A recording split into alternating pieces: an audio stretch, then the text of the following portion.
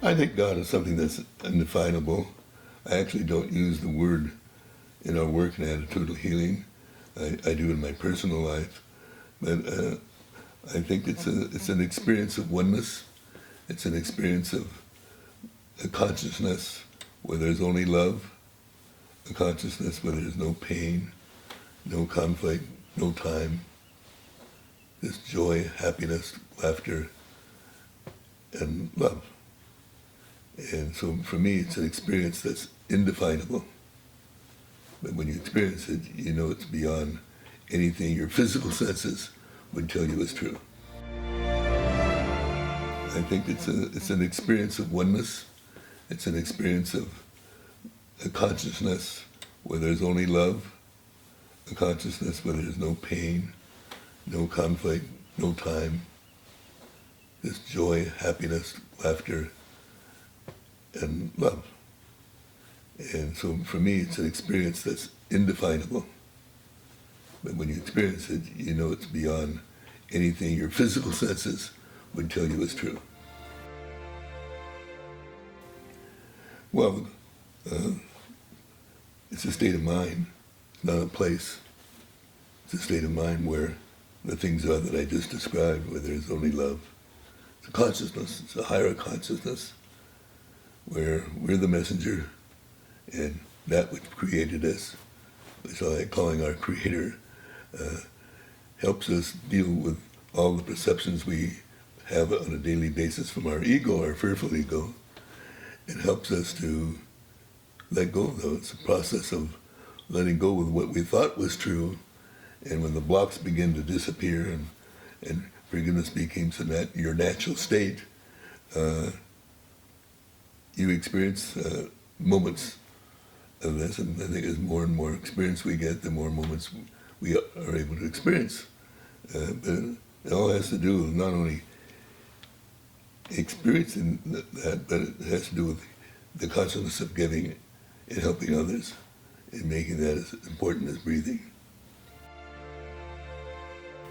What stops people, what stops me at times is my judgments, my believing that what I see is really true, and yet what is true is something that doesn't change. So to me, it's taking all of our belief systems, and I think what we do in attitudinal healing and adopting 12 principles from attitudinal, which we call, and I call practical spirituality. Instant of awareness that first day, but I think it's been a process of going forward and going backward, going forward and backward. The doubting Thomas that was in me in 1975 rarely appears anymore. And that thing's totally absent, but I'm saying for the most part, I don't experience that personally. And the people that we work with, whether they have cancer or AIDS or relationship problems or business problems, really grab the concept that when I'm holding on to a judgment, when I'm interpreting people's behavior, then I'm causing myself to feel separate from others rather than at one with others and at one with my source. And without trying to define anything around the concept of what is creation or the concept of God or the concept of, regardless whether you're Hindu or we're not, regardless of that, we're not getting caught in making judgments about different religions or different pathways. And we say that, it says the Course of Miracles, and say it's the only way of getting freedom from your ego. But it's one way of learning how to do that. And I think as long as we're living in these bodies, there's challenges every day to think of your body or get upset by some person on TV or whatever it might be. To demonstrate awakening in ourselves and internalizing it by learning to share this unconditional love and seeing the light in everyone. We wrote a one-liner a few years ago that saying with everyone, we say, your light is all that I see, and it's but a reflection of the light in me. And I think the more that we are able to see the light and remind ourselves that we are the light, and I think it's demonstrating that rather than teaching and instructing a certain way of dealing things, it's all about choice. Opening the door that people can make a choice. And the choice may be, this is a bunch of nonsense, I'm not interested in it. Or the choice may be, I'm interested for a while, but then I'm not interested in it. I believe that Diane and I, we've been through a lot of challenges in our lives together.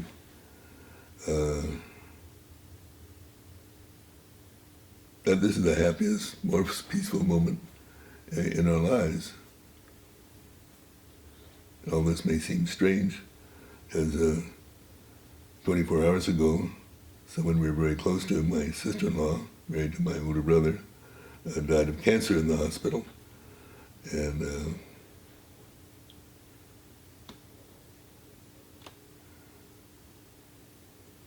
we're very compassionate for the family that are going through this. And yet we feel peace because we don't believe that death is our belief system is that we're not born in these bodies just to die. And that's not our true identity. By believing in something within, our consciousness, not seeing it as a place, and re-looking at the ego fearful voice that is always so critical, and you're not good enough, you don't deserve to feel love, you're a loser, and then you experience loss, and you should be afraid of death, and believe that that's the end of life. And I think as people begin to shift their gears in what they believe in, they begin to sense a sense of freedom, a sense of laughter at things they used to be upset about. They also learn not to live in the past. Bill Clifford used to like to say, we need to practice celestial amnesia. That's a beautiful word to say. Let's let go of the past and just experience the love that we've been given and received, and let everything else go. Ego is a split part of a split mind that we have, that's filled with fear that we're going to be hurt by our Creator, and believing the past is going to predict the future, and believing that time is real, and the ego is a very potent energy that, as one begins to sense the freedom, will come in and stimulate a reason why we'll judge someone else or judge ourselves or what have you. But it's all based on fear and conflict, choosing conflict rather than love, rather than peace. So in our work in Attitudinal Healing, as with the Course, inner peace is our one goal. We don't have multiple goals. Make sure that every time we breathe and talk or be with someone that we see peace of mind as our goal. And to me, this creates a foundation, but it's not a straight line, because most of us just about straight line. It's more of a forward and backward kind of thing, in my experience. By learning not to make judgments, getting rid of all of our judgments of others and ourselves. Well, actually, it's because we hang on to our judgments, that makes it much more harder, because the ego will say, oh, you can't do that, it's not easy. And it isn't easy for most of us, but there are times it becomes simple. And I think as we continue our course in our spiritual journey, that there's less of this ego chatter, and there's more vigorous focus on staying away from judgments, staying away from interpretations, and really seeing the light in ourselves and passing that light and seeing everyone with that light. And sometimes there's a one-liner, what was it? Simplicity is difficult for a confused mind to understand. And that's really what the ego would say. Too simple, must not be that way. We commit to do our very best not to have thoughts, emotions, or attitudes or actions that are hurtful to others or ourselves. And actually, before we do that, we also do a prayer from Course that says, I'm not a body, I am free, for I'm still as God created me. I want the peace of God. The peace of God is everything that I want, the aim of all my living here, the end I seek, my purpose, my function in my life. And then we continue with the to-be list, like saying that I'm spirit, not a body. I'm one with all of life. I am the voice of love, the voice of creation. I'm formless. I'm limitless. I'm ageless, fearless, and eternal. Reminding ourselves that our mind knows nothing that is impossible. There are no limits in our mind. And then we say that I'm the light of the world. I'm unconditionally loving and forgiving. I am kindness and tenderness. I'm patient and compassionate. Honesty and integrity. Grateful, gratitude, generous, and unmeasurable. And remind ourselves that nothing's impossible. And we choose to see the world beyond the body as our true reality. And that's how we start the day. For me, forgiveness is letting of seeing any value of making a judgment that would make you want to judge that other person and cause a separation between you and that other person. Your question tends to have a hooker in it, and that is, we must give advice to tell another person how to do this. And I think that all of us start to begin to demonstrate this in our own lives.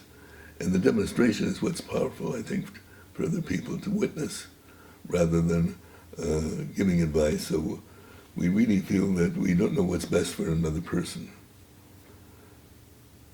But that answer is within that person. And so what we do is do our best to empower people to find another way of making decisions. Another way of making decisions is listening to that inner voice of love and making that more important than anything else. And recognize that forgiveness has nothing to do with changing the other person. I think this is where most people get caught on. They think, if I forgive, that person's going to attack me again, and they believe we're going to predict that. And I remember one time at Christmas time, Diane and I was in the middle crossing Market Street, and Diane was on one side, and Pat was on the other side. And she said, Pat said, "Isn't it wonderful what forgiveness can do? Look at the three of us now." And that was a powerful afternoon for us, to know that forgiveness works.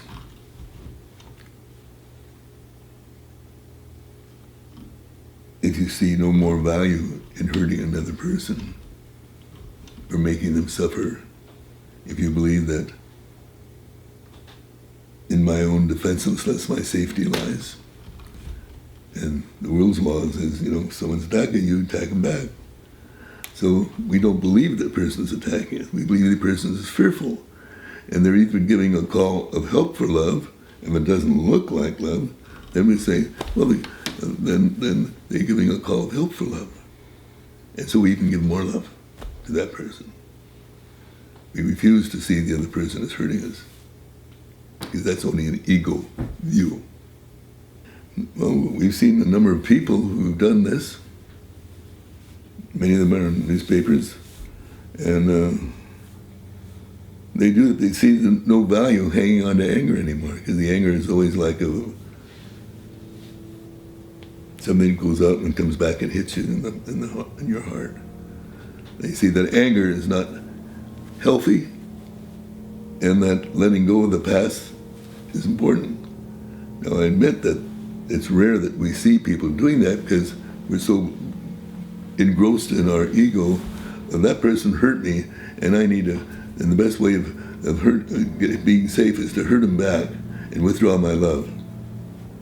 Well, in the work in Attitudinal Healing, the Course of Miracles, that's not what we're about. We're about to love people unconditionally. Unconditionally means unconditionally. Same that I found for myself and many other people found that when we talk about forgiveness, we need to learn to forgive our religious training too.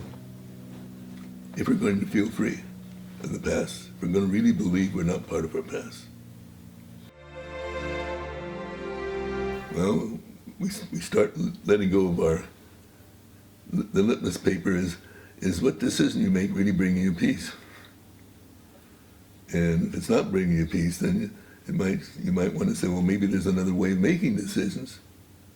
And we do our best to meditate every day, and throughout the day, when we're making a decision, we'll get together and we make a decision based on love, as much as we know how.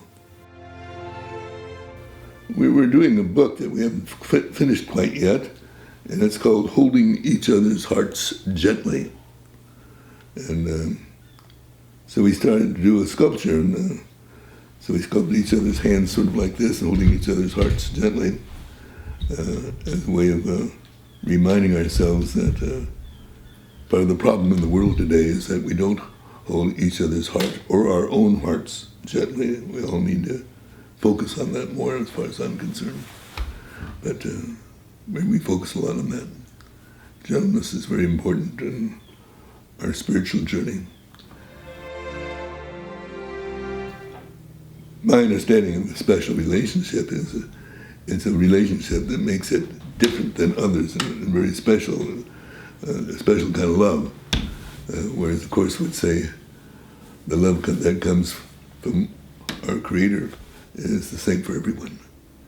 Nothing's no special. So it's very easy to fall and have a special relationship for love or children or what have you. But to see everyone as a child of God, child of our Creator, as one unit, one unity, brings about a release of freedom and love, because all the conflict goes away, and it's very clear that you're just thanking the creation for the gifts that have been given us in terms of love, and doing our best to co-create love. An example I can think of, we have some close friends, Hal and Dorothy Thaw. At that time they were living in Galilee, back east, I'll say. And we decided it was going to be her birthday, and we decided we're going to surprise her. And so we like to find out creative ways of sharing joy and love. And so we got there and we bought some cellophane and bows, and hired a taxi driver who would cooperate with us. And so we got there, we had him package us in this package of love with Diane and I, and ring the bell, and then we paid him in advance. But he didn't leave. He hid by a tree and wanted to see what was going to happen. And I remember Hal saying, "Oh my God," when he saw us at the door, and hollered up that there's a big package down here, Dorothy. Well, I'm busy now, you take it. No, it's too big to take for me. You got to come down. And so it's an event of laughter, what we call a heart print, that always remains in our heart, and in Dorothy's and Hal's thought.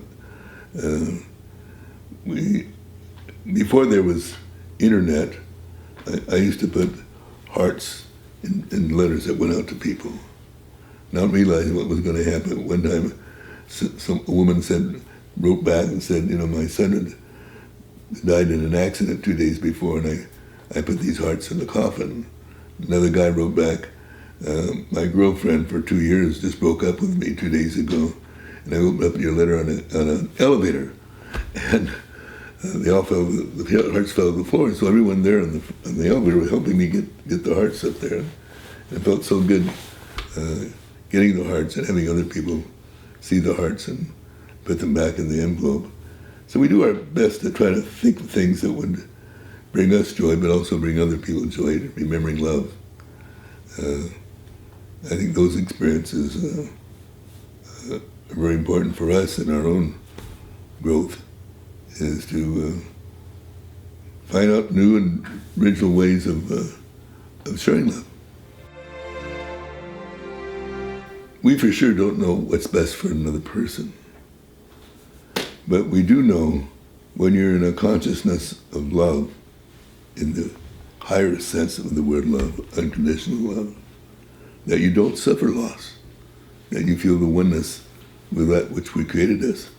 And so you're not making comparisons. I wrote a one-liner one time for myself that seemed to be helpful for other people. Comparisons give us cancer of the soul. They cause more separations. I like to remind myself that Valentine's Day shouldn't be just in February. That it would be very helpful if we all celebrated Valentine's Day every day, not to have a special relationship, but to give our love to everyone and not exclude our love from anybody. And I think when we start doing that, the world we see begins to change, and we don't feel so much loss and feel a sense of joy when we're giving love. But when your sense of belief is that you're not getting what you want and you're feeling an emptiness, well, you're going to feel sad and hurt yourself. And it's always possible to be happy no matter what's on your plate, as I mentioned earlier. A form of prayer is saying thank you to our Creator. And I believe that when we let go of the ego structure of our minds, that's all filled with fear and all the stuff that we have special hate relationships with, that we just continue going in a circle and a circle and a circle. And the ego's world is an unfair world, no matter how you're going to look at it. And it will manipulate us into wanting to punish it. We look at history, people, we don't realize that people are suffering from fear in this world. And we are the ones that are suffering ourselves. And the more that we can learn to replace fear with love, the more happy, the more creative we're going to be with other people, the more at one with our relationships with life, all of life, and we'll cease to have special hate relationships that are just based on our own neediness and greediness. One of the things in the Tabilas I mentioned was generosity of spirit, lack of neediness. Because when we're in that consciousness of love, we have everything that we need. It means not making decisions based on your ego. Make decisions based on unconditional love from a higher source that never changes, a source that never changes, where there's no change going on at all. We live in this world, the physical world, where everything changes.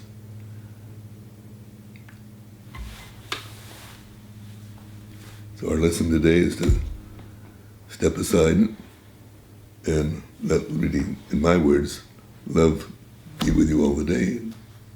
A higher form of interpreting, letting the love higher interpret all these ego functions.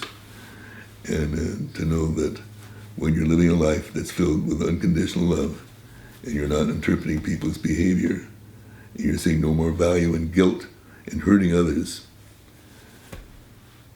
it's amazing how free and happy you can be.